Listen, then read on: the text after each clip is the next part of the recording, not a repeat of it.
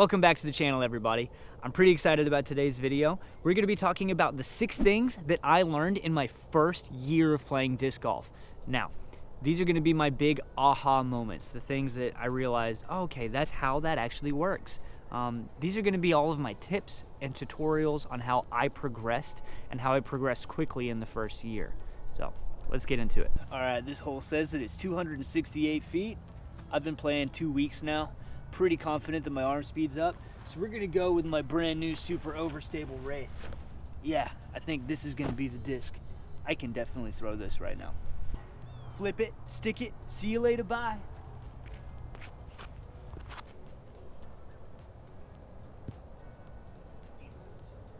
So all jokes aside, that's how we all start out, right?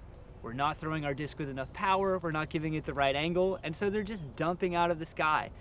So you get hooked into disc golf, and it's so much fun, but you're not progressing. And that's where I was at for probably 2 or 3 months. I just kept going out to the course and couldn't figure out why I wasn't getting any better. I was constantly not shooting as well as I wanted to, and I couldn't figure out what needed to change. So today we are going to learn how to make those changes in your game.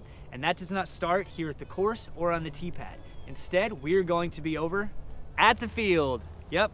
This is where we are going to learn how to become the best disc golfer that we can be. Field sessions are what entirely changed my game. I played courses for like 2 months straight and just couldn't get better until I came out here and started doing some field work. It can be any field, guys. Doesn't have to have soccer goals, doesn't have to be a football stadium.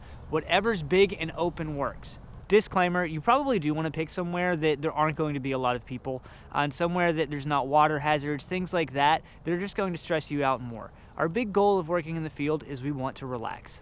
So working in the field does a couple of different things for us. Number one, it's going to help us relax. It takes away that stress of the tee pad, and it actually takes away the stress of that target. The first time that you guys come out here and throw, I don't even want you to aim at anything. I just want you to focus on getting your disc to go straight. Just get it to go out in front of you. Once we've done that for a little while, then you can start working on bigger targets and working your way in. That's why I really like having these soccer goals out here, but you could use cones, Gatorade bottles, whatever. So we start with no target, and then I want you guys to start moving to a large target, and then eventually we can move to something that's the size of a basket. You can just go put your backpack out in the middle of the field at whatever distance you would like. That works just fine. The second thing field work does is it allows us to know our discs. If we stop thinking of our discs as frisbees or discs and start thinking them as tools that are in our toolbox, we have to know what each of those tools is going to do in order to score effectively out on the course. First couple of tips we are going to talk about out in the field are going to be backhand focused. Whether you're right hand backhand or left hand backhand, that's what we're going to be focusing on. So the first step to doing our field work is we're just going to take all of our discs, lay them out, dump them out, organize them, whatever you want to do, and you need to throw all of them on different angles. Now the way that we can do this consistently is go ahead and take all of your discs and you're going to throw all of them with a release point that's on hyzer or with the outside edge of the disc pointed down, and that's how you want them to come out of your hand. Once you go and collect them, throw them back the other way. This time you're going to try and throw all of them as flat as you can. So the disc is going to be released flat. And last but not least, once you collect them again, throw them back the other way on anhyzer with the outside edge of the disc pointing up when you release it. This is how we are going to learn what each of our discs or tools does in our toolbox. So tip number 2 is going to be getting rid of the worst piece of information that I was told when I first started playing. I either read online or someone told me, I really can't remember, but someone said to pull start the lawnmower. This is not how we throw a disc. I do understand where this probably originated because the backhand does kind of come across in the similar way, but we already associate pull starting the lawnmower with, well, pull starting a lawnmower. And that requires you pulling with your arm, which couldn't be further from the truth of how we should actually throw a disc. So, tip number 2, part A, get rid of pull start the lawnmower. If anyone tells you that, smile at them and then ignore that piece of advice. This is what that looks like if you try to pull start the lawnmower. Small run up. And you can't, your core is almost too tight. You're reaching back fine. Everything about your form can be fine. But if you're not rotating and instead you're just going and trying to throw, you are not going to get very much distance whatsoever. So the second part of tip number 2 is going to be talking about, okay, if our arm muscle doesn't move the disc, then how do we get the disc to move? This is the number one thing that helps me gain distance. When it clicked, I couldn't believe it. All we have to do is relax our arm. Your arm needs to act more like a whip instead of using your muscles to pull the disc. If you're using your muscles to pull the disc, you're not even going to be able to rotate properly. So how do we fix this? Instead, we want to focus on relaxing that arm, getting that nice smooth reach back, and then keeping almost no engagement here in the arm, just enough that we can firmly hold our disc and keep a little bit of engagement in the shoulder. Now again, I'm not a coach, but I do know from experience that you do want some engagement going on there. So as loose as possible, and instead of using our arm to throw, I want you to just think about keeping it behind you, using your other arm to engage your core and start to rotate and push off your back foot. And we're going to whip our arm. Just keep it loose and turn. And that's all you have to do, is you have to turn. When you turn, your arm is going to naturally come in close to your body, and then it is going to throw the disc. That is how we gain arm speed. That is how we gain distance. We do not muscle discs. To this day, I still struggle with pulling the lawnmower. There'll be days where I realize I'm not throwing as far, and I think about it when I'm throwing, and I realize, oh, I'm muscling the disc again. And this is bad not only because you're not going to throw far and you're probably not going to throw accurately, but also you can get really hurt, which is what happened to me. I completely messed up my shoulder and couldn't play for probably 2 or 3 weeks just because I was yanking so hard on those discs. To sum up tip number 2, we want that arm to be nice and relaxed, and we want to focus on our rotation, not on pulling the disc. So if we know that the power doesn't come from muscling our arm, but instead rather whipping our arm, keeping our arm loose and letting our rotation generate speed, then where does the power start? Where does it come from? The backhand throw is such an intricate set of movements, and it's really fun to study pros as much as you can, watch people throw, watch your friends throw, but we have to figure out, where does this series of very important, intricate movements start? And I think I have the answer for me personally. So that's going to lead us into tip number 3 is going to be keep all of your weight on your back foot when we start our backhand movement. This is something that I learned pretty recently, just watching pros, watching them throw, especially the ones that don't run up very quickly and they're still bombing 400, 500 feet. I was curious, how are they generating that much power? They started the series of movements for the backhand throw. They were keeping their weight on their back foot, and I believe this does a couple of different things. Keeping your weight on your back foot allows you to properly load your body up. So it sets you up for maximum rotational force when you transition the weight from your back through the movement. I don't think that you have to run up in order to throw far. You can practice this just standing still. Rock back on that back foot, do your backhand motion, and whip the arm. Okay, keeping that arm loose, but use that foot to drive the rotation. And I think you'll be pleasantly surprised at how far you can throw after you've practiced that for a little while. Now, weighting the back foot totally works from a standstill. I will say for me personally, within the first couple of days of me playing, I got bored of trying to throw standstill because a lot of the content out there will tell you that you need to start and learn how to throw from a standstill. Having an athletic background, that almost felt wrong to me because I did want to channel my momentum into my run-up, and everyone was doing the run-up, so I wanted to be like everyone.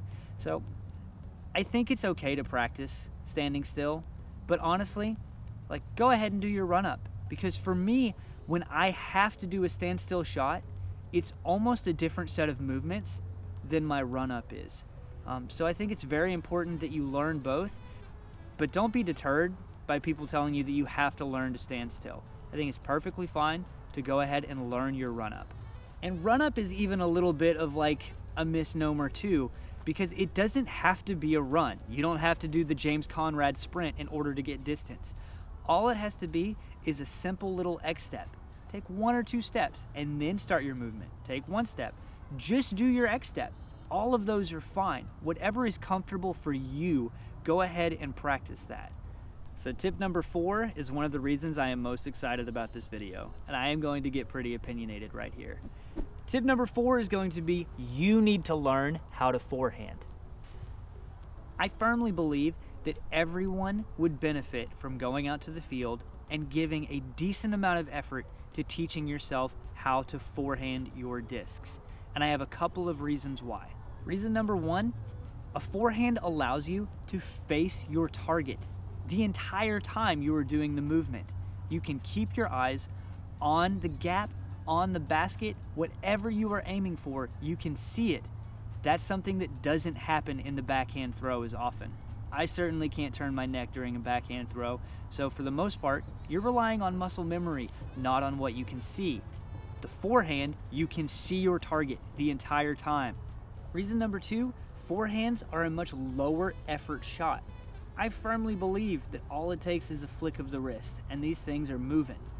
The disc is going to be spinning a bit faster than a backhand throw, however. So you might hear people talk about torque-resistant discs. That's why once you really learn how to forehand, you will probably start to gravitate towards discs that are a little more stable or overstable, just because of how much force actually goes into throwing these discs. Reason number 3 you should learn how to forehand is because this effectively doubles the amount of shots that are in your bag. Cool. You've got an overstable mid-range that when you throw it on backhand, it just like dumps out of the sky to the left. Cool. Now when you throw that on a forehand, it's going to dump out of the sky to the right. That's because the disc is spinning the opposite direction. So now every disc in your bag can now be used for the opposite version, for a mirrored version of that shot. Those are 3 really good reasons to put some effort into learning how to forehand. Now, by no means am I hating on players that have not learned to forehand or just don't like to forehand and all they throw are turnover shots.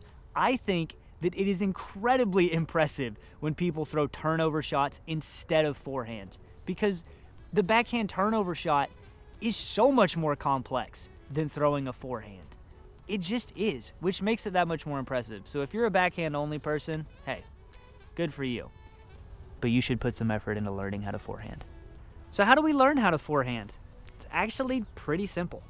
Just grab some mids and maybe some fairway drivers. These seem to be the most comfortable for me to flick, even at low speed. All you're going to do is flick your wrist. I like to take 2 fingers, put them underneath the rim, but whatever's comfortable for you so that you can flick your wrist. I don't want you to think about the same movement as the backhand, because that's not what's happening. Instead, this motion should feel more or less like throwing a ball or skipping a stone. We're just gonna take that disc and then flick our wrist. That's it. Take it from a standstill, flick the wrist. Do that a whole bunch of times with all sorts of different discs until you feel comfortable. Again, just to start, all we are doing is we're just flicking it from a standstill. Super simple.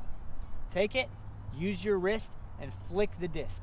Again, we are not rounding it like this. All we are doing is we are flicking and letting the disc fly. Flicking and let it fly. Once you start to get a little more comfortable with that, then you can start putting a little more power into it. We start getting more power just by bringing our arm back and starting with that back foot, driving and turning, and still flicking that wrist. That wrist flick is super, super important. Again, it's just like we're skipping a stone or throwing a ball. We're just bringing our arm back and using our hips to put a little bit more power into those throws. Since the mechanics of the forehand are so different and we're putting so much more force on these discs, your release point, or rather the angle that it comes out, whether it's hyzer, flat, anhyzer, starts to become a little more important. For instance, my river, if I throw it flat on my backhand, it's probably going to stay flat and turn just a little bit to the right. However, if I throw it on a forehand, this thing is so flippy. So in order for me to release my river on a forehand, I actually have to release it pointing almost straight down at the ground and get my flick there. And it's going to pop right up to flat when I throw it. Whereas my Firebird, I don't need to do that because it is so overstable that most of the time I can get away with throwing this thing completely flat, or I can throw it with a lot of anhyzer to get some nice forehand flex lines out of it. So just keep in mind that when you are throwing forehands and starting to learn how to throw them more powerfully, there's a lot of rotational force that is going into them, and so that angle of release is going to become very important. Tip number 5 is going to be you need to actually practice your upshot game. But what is an upshot? An upshot is typically going to be your second shot after your drive. The exclusion to that is if your drive was good enough that you're already putting, that's not technically an upshot. So upshot is going to be that weird in between. Most people would classify an upshot between 60 feet out from the basket and around 200 feet out from the basket. So why should we practice our upshots? It's pretty simple. The better your upshot game is, the closer you're going to get to the basket. The closer you are to the basket, the less work you have to do putting. So the way I practice upshots is pretty simple. We are going to need a target for this exercise. You can use your backpack, a Gatorade bottle, soccer goals, whatever you have around. I like to start around 60 to 100 feet away from that target, and then we're going to do what we first did when we came out to the field. Throw things on hyzer, all of your approach discs, then throw all of them flat, then throw them on anhyzer to see what they're going to do. But now that you've put some effort into learning your forehand, we're now going to forehand them on different angles at that target as well. And that's how we practice upshots. Start as close as you'd like, and then just move back. Any distance between 60 and 200 feet is fine to practice your upshots. Work on your weaknesses. But essentially, I'm taking most of my mids and below that, my throwing putters, even my putting putters, and I'm using those to throw approach shots. Last but not least, tip number 6 is going to be putting. That's right. We need to practice our putting. This tip ended up being at the end of my list, which a lot of people probably would disagree with, but this video is geared towards people that are just struggling to improve their game overall. And especially if you're just starting out, we do have to know how to throw our discs. We have to start with our drives and work down the fairway even to get to the basket. With that being said, once you have learned how to get down towards the basket somewhat effectively, a lot of your focus needs to go to putting. When I was just starting out, one of my friends told me that we drive for show and we putt for dough. And that's really resonated with me, because what good is a drive if you can't make that putt? Now, there are a lot of intricacies to putting that I'm not going to go into. These are the things that have just worked for me, and really my routine's pretty basic. I stole Robbie C's routine because he knows a lot, and it's been really helpful and has actually improved my putting, because I've been sticking with this routine for a month. But I'd say the things that are most important about putting is get a putter that feels good to you, and don't switch putters too fast. If you're putting poorly, it's not your putter. It's probably you. I think it's pretty easy to fall into the trap of like, oh, I'm not putting well, it must be the disc. And then you go and blow, $60 on getting 3 new putters, depending on how much your putters cost. And then you still suck at putting. Sorry, that's kind of how it goes sometimes. I don't think that it's wrong to experiment with putters, so don't hear me say that you can't go out and buy a bajillion different putters. I have several different throwing putters, but for me, I like the way the Wizard feels. Are there days that I think about switching? Yes, there are. Make sure that you're sticking with your putters long enough, and then if you really just aren't improving with a single set of putters, then try switching up your putter.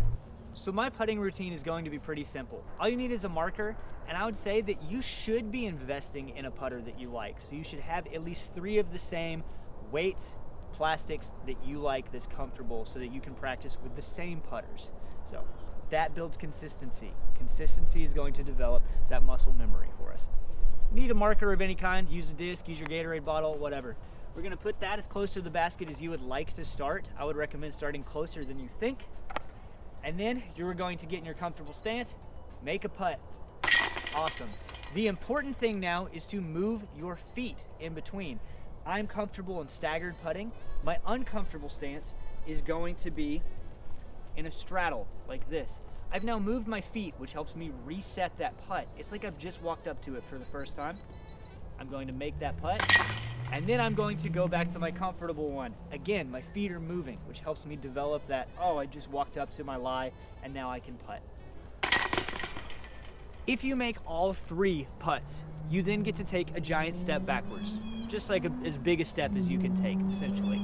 And then we go again. My rules for myself are if I make all 3, I get to take a step backwards. If I only make 2, I get to stay put.